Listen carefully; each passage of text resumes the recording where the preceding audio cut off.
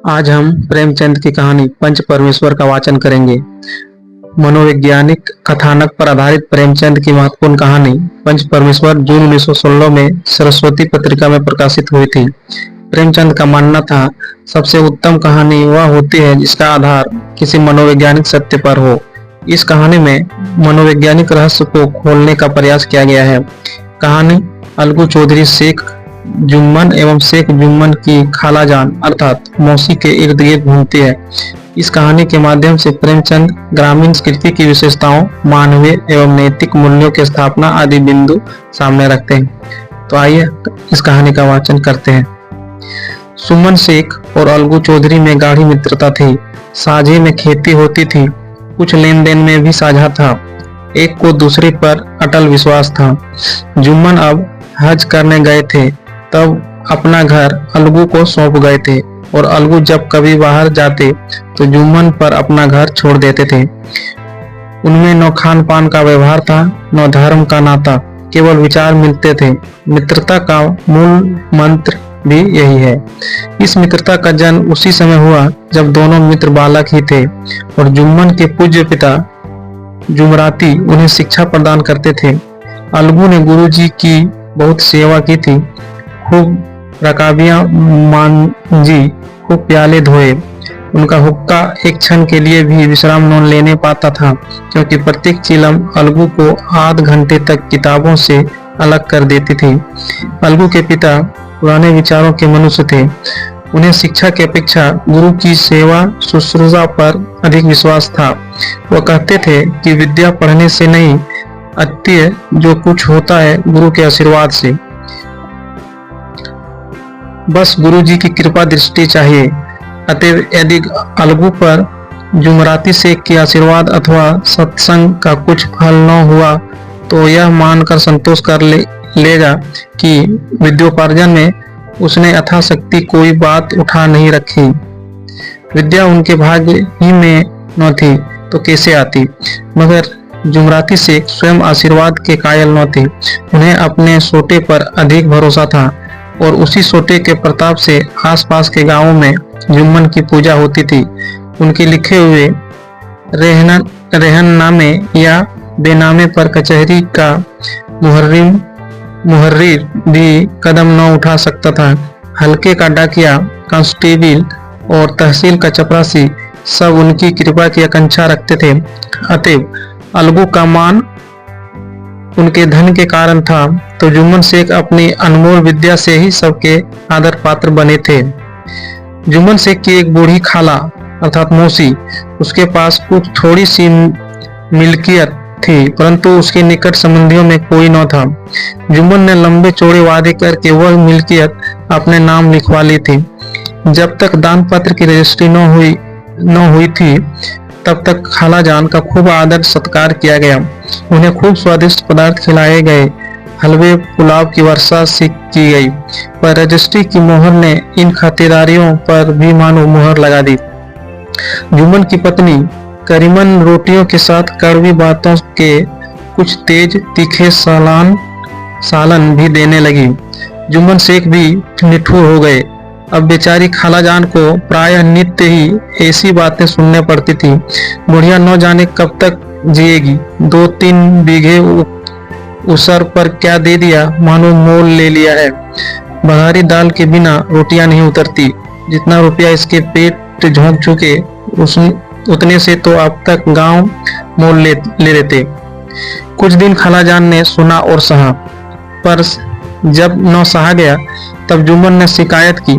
जुम्मन ने स्थानीय कर्मचारी गृह स्वामी के प्रबंध में दखल देना उचित न समझा। कुछ दिन तक और यूं ही रोध होकर काम चलता रहा। अंत में एक दिन खाला ने जुम्मन से कहा, बेटा तुम्हारे साथ मेरा निर्वाह न होगा, तुम मुझे रुपये दे दिया करो, मैं अपना पका खा लूंगी। जुम्मन ने दृढ़ता से साथ उत्तर दिया, रुपये क्या यहाँ फलते हैं। खाला ने नम्रता से कहा, मुझे कुछ रूखा सूखा चाहिए भी कि नहीं। जुम्मन ने गंभीर स्वर से जवाब दिया, तो कोई या थोड़े ही समझा था कि तुम मौत से लड़कर आई हो। खाला बिगड़ गई, उन्होंने पंचायत करने की धमकी दी। जुम्मन हंसे, जिस पर कोई शिकारी हिरन को जाल की तरह आते देख मन ही मन हंसता है। वह बोले, हाँ जरूर पंचायत करो, फैसला हो जाए। मुझे भी यह रात दिन की खटखट पसंद नहीं। पंचायत में किसकी जीत होगी, इस विषय में जुम्मन को कुछ भी संदेह न था। आसपास के गांवों में ऐसा कौन था जो उसके अनुग्रहों का ऋणी न हो? ऐसा कौन था जो उसका शत्रु बनाने का साहस कर सके? किसमें इतना बल था जो उसका सामना कर सके? आसमान के फरिश्ते तो पंचायत करने आवेंगे ही। इसके बाद कई दिन तक बूढ़ी खाला हाथ में एक लकड़ी लिए आसपास के गांवों में दौड़ती रही। कमर झुककर कमान हो गई थी, एक एक पग चलना दुभर था, मगर बात आ पड़ी थी, उसका निर्णय करना जरूरी था। बिरला ही कोई भला आदमी होगा जिसके सामने बुढ़िया ने दुख के आंसू न बहाए हों। किसी ने तो यूं ही ऊपरी मन से मुंह करके टाल दिया, और किसी ने इस अन्याय पर जमाने को गालियां दी। कहा, कब्र में पांव लटके हुए हैं, आज मरे कल दूसरा दिन, पर हवस नहीं मानती। अब तुम्हें क्या चाहिए? रोटी खाओ और अल्लाह का नाम लो। तुम्हें अब खेती बाड़ी से क्या काम है? कुछ ऐसे सज्जन भी थे जिन्हें हास्य रस के रसास्वादन का अच्छा अवसर मिला। झुकी हुई कमर, पोपला मुंह, सन के से बाल, इतनी सामग्री एकत्र हो तो हंसी क्यों न आवे। ऐसे न्यायप्रिय, दयालु, दीन वत्सल पुरुष बहुत कम थे जिन्होंने उस अबला के दुखड़े को गौर से सुना हो और उनको सांत्वना दी हो। चारों ओर से घूम घाम कर बेचारी अलगू चौधरी के पास आई, लाठी पटक दी और दम लेकर बोली, बेटा तुम भी दम भर के लिए मेरी पंचायत में चले आना। अलगू, मुझे बुलाकर क्या करोगी? कई गांव के आदमी तो आवेंगे ही। खाला, अपने विपद तो सबके आगे रो आई, अब आने न आने का अख्तियार उनको है। अलगू, यो आने को आ जाऊंगा, मगर पंचायत में मुंह न खोलूंगा। खाला, क्यों बेटा? अलगू, अब इसका क्या जवाब दूं? अपनी खुशी, जुम्मन मेरा पुराना मित्र है, उससे बिगाड़ नहीं कर सकता। खाला, बेटा क्या बिगाड़ के डर से ईमान की बात न कहोगे? हमारे सोए हुए धर्म ज्ञान की सारी संपत्ति लूट जाए तो उसे खबर नहीं होती, परंतु ललकार सुनकर वह सचेत हो जाता है, फिर उसे कोई जीत नहीं सकता। अलगू इस सवाल का कोई उत्तर न दे सका, पर उसके हृदय में ये शब्द गूंज रहे थे, क्या बिगाड़ के डर से ईमान की बात न कहोगे? संध्या समय एक पेड़ के नीचे पंचायत बैठी। शेख जुम्मन ने पहले से ही फर्श बिछा रखा था। उन्होंने पान, इलायची, हुक्के, तंबाकू आदि का प्रबंध भी किया था। हाँ, वह स्वयं अलबत्ता अलगू चौधरी के साथ जरा दूर बैठे हुए थे। जब पंचायत में कोई आ जाता तब दबे हुए सलाम से उसका स्वागत करते थे। जब सूर्यास्त हो गया और चिड़ियों की कलरवयुक्त पंचायत पेड़ों पर बैठी, तो यहाँ भी पंचायत शुरू हुई। फर्श की एक एक अंगुल जमीन पर गई, पर अधिकांश दर्शक ही थे। निमंत्रित महाशयों में से केवल वही लोग पधारे थे जिन्हें जुम्मन से अपनी कुछ कसर निकालनी थी। एक कोने में आग सुलग रही थी। नाई ताबड़तोड़ चिलम भर रहा था। यह निर्णय करना असंभव था कि सुलगते हुए उपलों में से अधिक धुआं निकलता था या चिलम के दमों से। लड़के इधर उधर दौड़ रहे थे, कोई आपस में गाली गलौज करते और कोई रोते थे। चारों तरफ कोलाहल मच रहा था। गांव के कुत्ते इस जमाव को बहुत समझकर झुंड के झुंड जमा हो गए थे।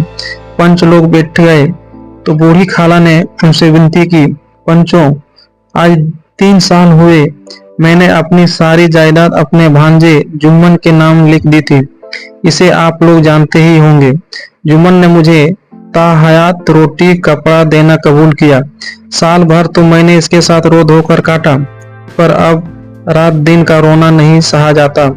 मुझे न पेट की रोटी मिलती है न तन का कपड़ा। बेकस बेवा हूँ, कचहरी दरबार नहीं कर सकती, तुम्हारे सिवा और किसको अपना दुख सुनाऊं। तुम लोग जो राह निकाल दो उसी राह पर चलूं।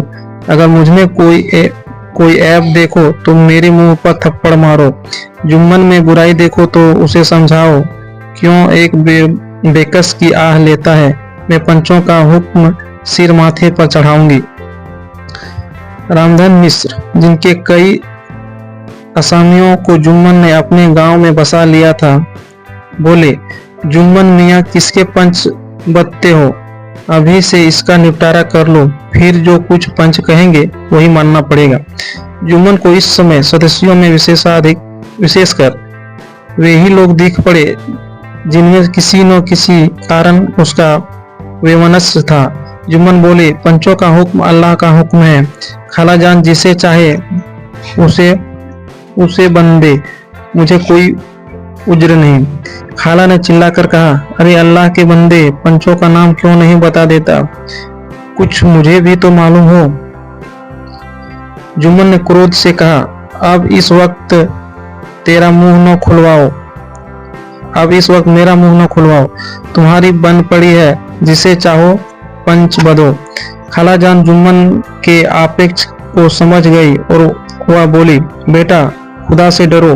पंच न किसी के दोस्त होते हैं न किसी के दुश्मन। कैसी बात करते हो? और तुम्हारा किसी पर विश्वास न हो तो जाने दो। अलगू चौधरी को तो मैं मानते हो, लो मैं उन्हीं को सरपंच बत्ती हूँ। जुम्मन शेख आनंद से फूल उठे, परंतु भावों को छिपा कर बोले, अलगू ही सही, मेरे लिए जैसे रामधन वैसे अलगू। अलगू इस झमेले में फंसना नहीं चाहते थे। वे कन्नी काटने लगे, बोले, खाला तुम जानती हो कि मेरी जुम्मन से गाढ़ी दोस्ती है। खाला ने गंभीर स्वर में कहा, बेटा दोस्ती के लिए कोई अपना ईमान नहीं बेचता। पंच के दिल में खुदा बसता है। पंचों के मुंह में जो बात निकलती वह खुदा की तरफ से निकलती है। अलगू चौधरी सरपंच हुए। रामधन मिश्र और जुम्मन के दूसरे विरोधियों ने बुढ़िया को मन में बहुत कोसा। अलगू चौधरी बोले, शेख जुम्मन, हम और तुम पुराने दोस्त हैं। जब काम पड़ा तुमने हमारी मदद की है और हम भी जो कुछ बन पड़ा तुम्हारी सेवा करते रहे हैं। मगर इस समय तुम और बूढ़ी खाला दोनों हमारी निगाह में बराबर हो। तुमको पंचों से जो कुछ आज्ञा करनी हो करो। जुम्मन को पूरा विश्वास था कि अब बाजी मेरी है। अलगू यह सब दिखावे की बातें कर रहा है। अतएव शांतचित्त होकर बोले, पंचों, 3 साल हुए खालाजान ने अपनी जायदाद मेरे नाम हिब्बा कर दी थी। मैंने उन्हें ताहयात खाना कपड़ा देना कबूल किया था। खुदा गवाह है, आज तक मैंने खालाजान को कोई तकलीफ नहीं दी। मैं उन्हें अपने माँ के समान समझता हूँ। उनकी खिदमत करना मेरा फर्ज है। मगर औरतों में जरा अनबन रहती है, इसमें मेरा क्या बस है। खालाजान उसमें मुझसे माहवार खर्च अलग मांगती है। जायदाद जितनी है वह पंचों से छिपी नहीं। उससे इतना मुनाफा नहीं होता कि माहवार खर्च दे सकूं। इसके अलावा हिब्बे नामे में माहवार खर्च का कोई जिक्र नहीं तो मैं भूल कर भी इस झमेले में न पड़ता। बस मुझे यही कहना है, आइंदा पंचों को अख्तियार है, जो फैसला चाहे करे। अलगू चौधरी को हमेशा कचहरी से काम पड़ता था, अतएव वह पूरी कानूनी आदमी था। उसने जुम्मन से जीरा शुरू की। एक एक प्रश्न जुम्मन के हृदय पर हथौड़े की चोट की तरह पड़ता था। रामधन मिश्र इन प्रश्नों का मुग्ध हुए जाते थे। जुम्मन चकित थे कि अलगू को क्या हो गया। अभी यह अलगू मेरे साथ बैठा हुआ कैसी कैसे बातें कर रहा था। इतनी ही देर में ऐसी काया पलट हो गई कि मेरी जड़ खोदने पर तुला हुआ है। न मालूम कब की कसर यह निकाल रहा है। क्या इतने दिनों की दोस्ती कुछ भी काम न आवेगी? जुम्मन शेख तो इसी संकल्प विकल्प में पड़े हुए थे। इतने में अलगू ने फैसला सुनाया। जुम्मन शेख, पंचों ने इस मामले पर विचार किया। उन्हें यह नीति संगत मालूम होता है। खालाजान को माहवार खर्च दिया जाए। हमारा विचार है कि खाला की जायदाद से इतना मुनाफा अवश्य होता है कि माहवार खर्च दिया जा सके। बस यही हमारा फैसला है। अगर जुम्मन को खर्च देना मंजूर न हो तो हिबा नाम रद्द समझा जाए। यह फैसला सुनते ही जुम्मन सन्नाटे में आ गए। जो अपना मित्र हो वह शत्रु व्यवहार करे और गले पर छुरी फेरे, इसे समय के हेर फेर के सिवा और क्या कहे। जिस पर पूरा भरोसा था उसने समय पड़ने पर धोखा दे दिया। ऐसे ही अवसरों पर झूठे सच्चे मित्रों की परीक्षा की जाती है। यही कलयुग की दोस्ती है। अगर लोग ऐसे कपटी धोखेबाज न होते तो देश में आपत्तियों का प्रकोप क्यों होता। यह हैजा, प्लेग आदि व्याधियां दुष्कर्मों के ही दंड है। मगर रामधन मिश्र और अन्य पंच अलगू चौधरी की इस नीति परायणता की प्रशंसा जी खोल कर रहे थे। वे कहते थे, इनका नाम पंचायत है, दूध का दूध और पानी का पानी कर दिया। दोस्ती दोस्ती की जगह है, किंतु धर्म का पालन करना मुख्य है। ऐसे ही सत्यवादियों के बल पर पृथ्वी ठहरी है, नहीं तो वह कब की रसातल को चली जाती। इस फैसले ने अलगू और जुम्मन की दोस्ती की जड़ हिला दी। अब वे साथ साथ बातें करते नहीं दिखाई देते। इतने पुरानी मित्रता रूपी वृक्ष सत्य का एक ऐसा झोंका भी न सह सकी। सचमुच यह बालू की ही जमीन पर खड़ा था। उनमें अब शिष्टाचार का अधिक व्यवहार होने लगा। एक दूसरे की आव भगत जायदा करने लगा। वे मिलते जुलते थे, मगर उसी तरह जैसे तलवार से ढाल मिलते हैं। जुम्मन के चित्त में मित्र की कुटिलता आठों पहर खटका करती थी। उसे हर घड़ी यह चिंता रहती थी कि किसी तरह बदला लेने का अवसर मिले।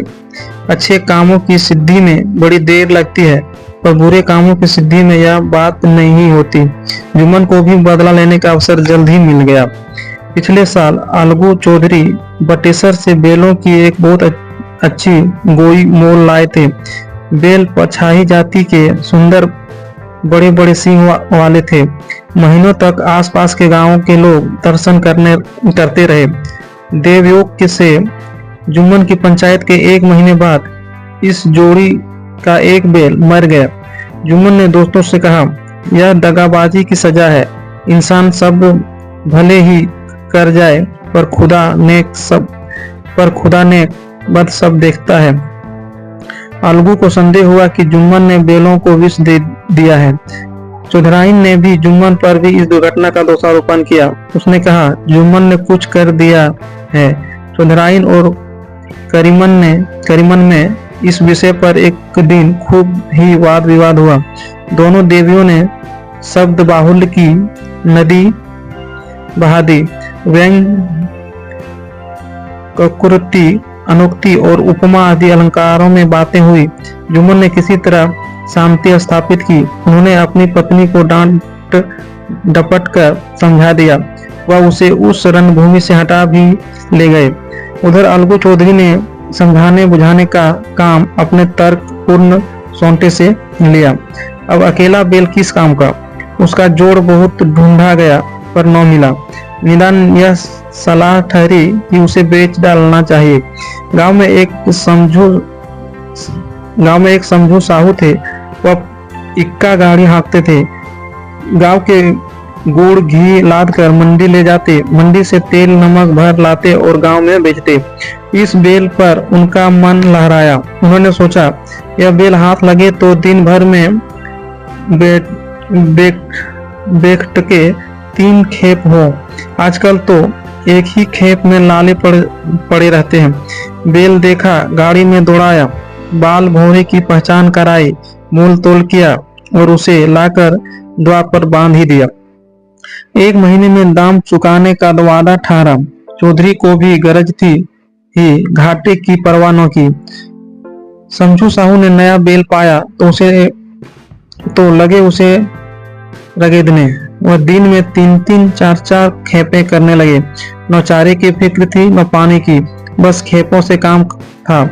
मंडी ले गए, वहाँ कुछ सूखा भूसा सामने डाल दिया। बेचारा जानवर अभी दम भी न लेने पाया था कि फिर जोत दिया। अलगू चौधरी के घर तो चैन की बंसी बजती थी। बेलराम छठे छमाहे कभी बहली में जोते जाते थे। खूब उछलते कूदते और कोसों तक दौड़ते चले जाते थे। वहाँ बेलराम का राबित था। साफ पानी, दली हुई अरहर की दाल, भूसे के साथ खली और यही नहीं, कभी कभी घी का स्वाद भी चखने को मिल जाता था। शाम सवेरे एक आदमी खरहरे करता, पहुँचता और सहलाता था। यहाँ यह 8 पहर की खपत महीने भर ही में वह घिस सा गया। इक्के का जुआ देखते ही उसका लहू सूख जाता था। एक एक पग चलना दुभर था, हड्डियां निकल आई थी, पर था वह पानीदार, मार की बर्दाश्त न थी। एक दिन चौधरी खेत में साहू जी ने दूना बोझ लादा। दिन भर का थका हुआ जानवर पैर न उठते थे, पर साहू जी ने कोड़े पटकारने लगे। बस फिर क्या था, बैल कलेजा तोड़कर चला गया। कुछ दूर दौड़ा और चाहा कि वह जरा दम ले लूं, पर साहू जी को जल्द पहुंचने की फिक्र थी, अतः उन्होंने कई कोड़े बड़ी निर्दयता से पटकारे। बैल ने एक बार फिर जोर लगाया, पर अब की बार शक्ति ने जवाब दे दिया। वह धरती पर गिर पड़ा और ऐसा गिरा कि फिर न उठा। साहू जी ने बहुत पीटा, टांग पकड़कर खींचा, मथनों में लकड़ी ठूंस दी, पर कहीं मृतक भी उठ सकता है। तब साहू जी को कुछ शक हुआ। उन्होंने बैल को गौर से देखा, खोलकर अलग किया और सोचने लगे कि गाड़ी कैसे पहुंचे। बहुत चीखे चिल्लाए, पर देहात का रास्ता बच्चों की आंख की तरह सांझ होते ही बंद हो जाता है। कोई नजर न आया, आसपास कोई गांव भी न था। मारे क्रोध के उन्होंने मरे हुए बैल पर और दुर्रे लगाए और कोसने लगे। अभागे, तुझे मरना ही था तो घर पहुंचकर मरता, तो सुरभ बीच रास्ते में ही मर रहा। अब गाड़ी कौन खींचे। इस तरह साहू जी खूब जले भुने। कई बोरे गुड़ और कई पीपे घी उन्होंने बेचे थे। 200-250 रुपये कमर में बांधे थे। इसके सिवा गाड़ी पर कई बोरे नमक के थे, अतः छोड़कर जा भी न सकते थे। लाचार बेचारे गाड़ी पर ही लेट गए। वहीं रात जग्गा करने की ठान ली। चीलम पी गया, फिर हुक्का पिया। इस तरह साहू जी आधी रात तक नींद को पहलाते रहे। इतनी जान में तो वह जागते ही रहे, पर पो फटते ही जो नींद टूटी और कमर पर हाथ रखा तो थैली गायब। घबरा कर इधर उधर देखा तो कई कनस्तर तेल भी नदारत। अफसोस में बेचारे ने सिर पीट लिया और पछाड़ खाने लगा। प्रातः काल रोते बिलखते घर पहुंचे। सहुआइन ने जब वह बुरी सुनावनी सुनी, तब पहले तो रोई, फिर अलगू चौधरी को गालियां देने लगी। निगोड़े ने ऐसा कुलक्षणी बेल दिया कि मेरा जन्म भर की कमाई लूट गई। इस घटना को हुई कई महीने बीत गए। अलगू जब अपने बेल का दाम मांगते, तब साहू और सहुआइन दोनों ही झल्लाए हुए कुत्ते की तरह चढ़ बैठते और अंड बंड बकने लगते। वाह, यहाँ तो सारे जन्म की कमाई लूट गई, सत्यानाश हो गया। इन्हें दामों की पड़ी है। मुर्दा बेल दिया था, उस पर दाम मांगने चले हैं। हम भी बनिए के बच्चे हैं, ऐसे बुद्धू कहीं और होंगे। पहले जानवर किसी गड्ढे में मुंह धो आओ, तब दाम लेना। नौ जी मानता हो तो हमारा बेल खाल ले जाओ, महीना भर के बदले 2 महीना जोत लो, और क्या लोगे। चौधरी के अशुभ चिंतकों की कमी न थी। ऐसे अवसरों पर वो भी एकत्र हो जाते और साहू जी के बर्राने की पुष्टि करते, परंतु 150 रुपये से इस तरह हाथ धो लेना आसान न था। एक बार वह भी गर्म पड़े। साहू जी बिगड़ कर लाठी ढूंढने घर चले गए। अब सहुआइन ने मैदान लिया। प्रश्नोत्तर होते होते हाथापाई की नौबत आ पहुंची। सहुआइन ने घर में घुसकर किवाड़ बंद कर लिए। शोरगुल सुनकर गांव के भले मानस जमा हो गए। उन्होंने दोनों को समझाया, साहू जी को दिलासा देकर घर से निकाला। वह परामर्श देने लगे कि इस तरह से काम न चलेगा, पंचायत कर लो, जो कुछ तय हो उसे स्वीकार कर लो। साहू जी राजी हो गए। अलगू ने भी हामी भर ली। पंचायत की तैयारियां होने लगी। दोनों पक्षों ने अपने अपने दल बनाने शुरू किए। इसके बाद तीसरे दिन उसी वृक्ष के नीचे पंचायत बैठी। वही संध्या का समय था। खेतों में कौवे पंचायत कर रहे थे। विवादग्रस्त विषय था यह भी मटर की फलियों पर उसका कोई स्वत्व है या नहीं, और जब तक यह प्रश्न हल न हो जाए तब तक वे रखवाले की पुकार पर अपनी अप्रसन्नता प्रकट करना आवश्यक समझते थे। पेड़ की डालियों पर बैठी सुख मंडली में यह प्रश्न छिड़ा हुआ था कि मनुष्यों को उन्हें बेमुरौवत कहने का क्या अधिकार है, जब उन्हें स्वयं अपने मित्रों से दगा करने में भी संकोच नहीं होता। पंचायत बैठ गई तो रामधन मिश्र ने कहा, अब देरी क्या है, पंचों का चुनाव हो जाना चाहिए। बोलो चौधरी, किस किस को पंच बत्ते हो? अलगू ने दीन भाव से कहा, समझू साहू ही चुन लें। समझू साहू खड़े हुए और कड़क कर बोले, मेरी ओर से जुम्मन शेख। जुम्मन का नाम सुनते ही अलगू चौधरी का कलेजा धक धक करने लगा, मानो किसी ने अचानक थप्पड़ मार दिया हो। रामधन अलगू के मित्र थे, वह बात तो ताड़ गए। पूछा, क्यों चौधरी, तुम्हें कोई उज्र तो नहीं? चौधरी ने निराश होकर कहा, नहीं, मुझे उज्र होगा। मुझे क्या उज्र होगा? अपने उत्तरदायित्व का ज्ञान बहुधा हमारे संकुचित व्यवहारों का सुधारक होता है। जब वह राह भूलकर भटकने लगते हैं, तब यही ज्ञान हमारा विश्वसनीय पथ प्रदर्शक बन जाता है।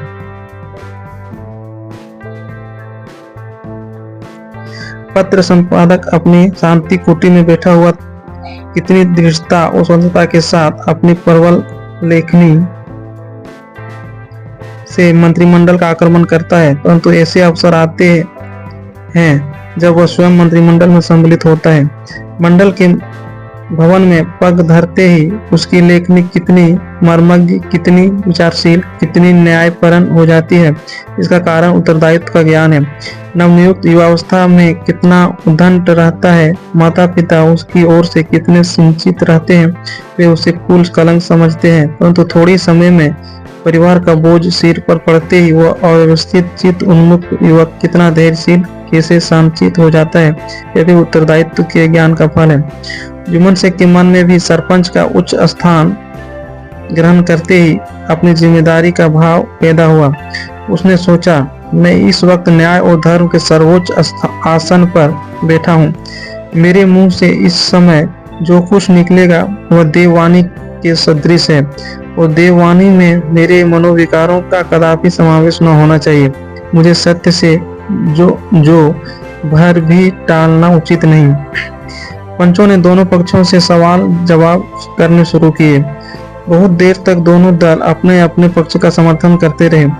इस विषय में तो जब सहमत थे कि समझू को बेल का मूल्य देना चाहिए, परंतु दो महाशय इस कारण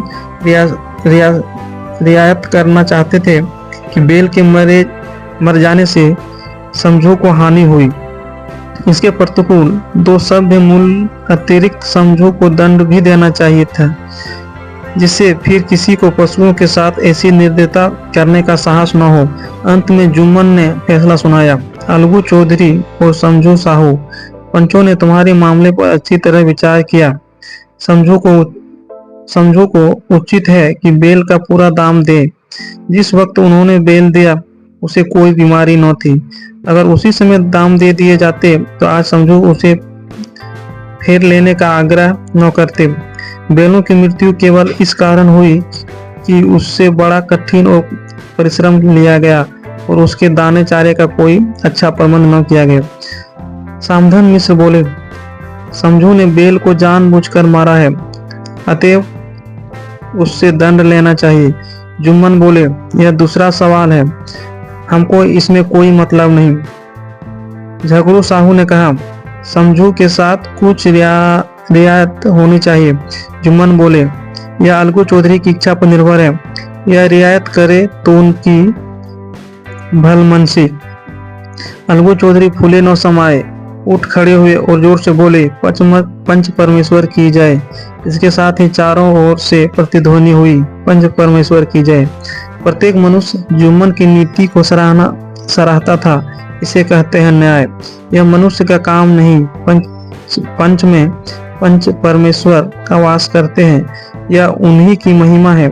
पंच के सामने खोटे को कौन खरा कह सकता है।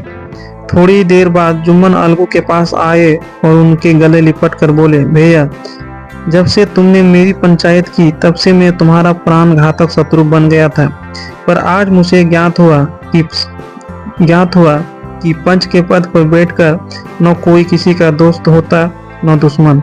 न्याय के सिवा उसे और कुछ नहीं सूझता। आज मुझे विश्वास हो गया कि पंच की जबान से खुदा बोलता है। अलगू रोने लगे। इस पानी से दोनों के दिलों का मेल धुल गया। मित्रता की मुरझाई हुई लता फिर हरी हो गई।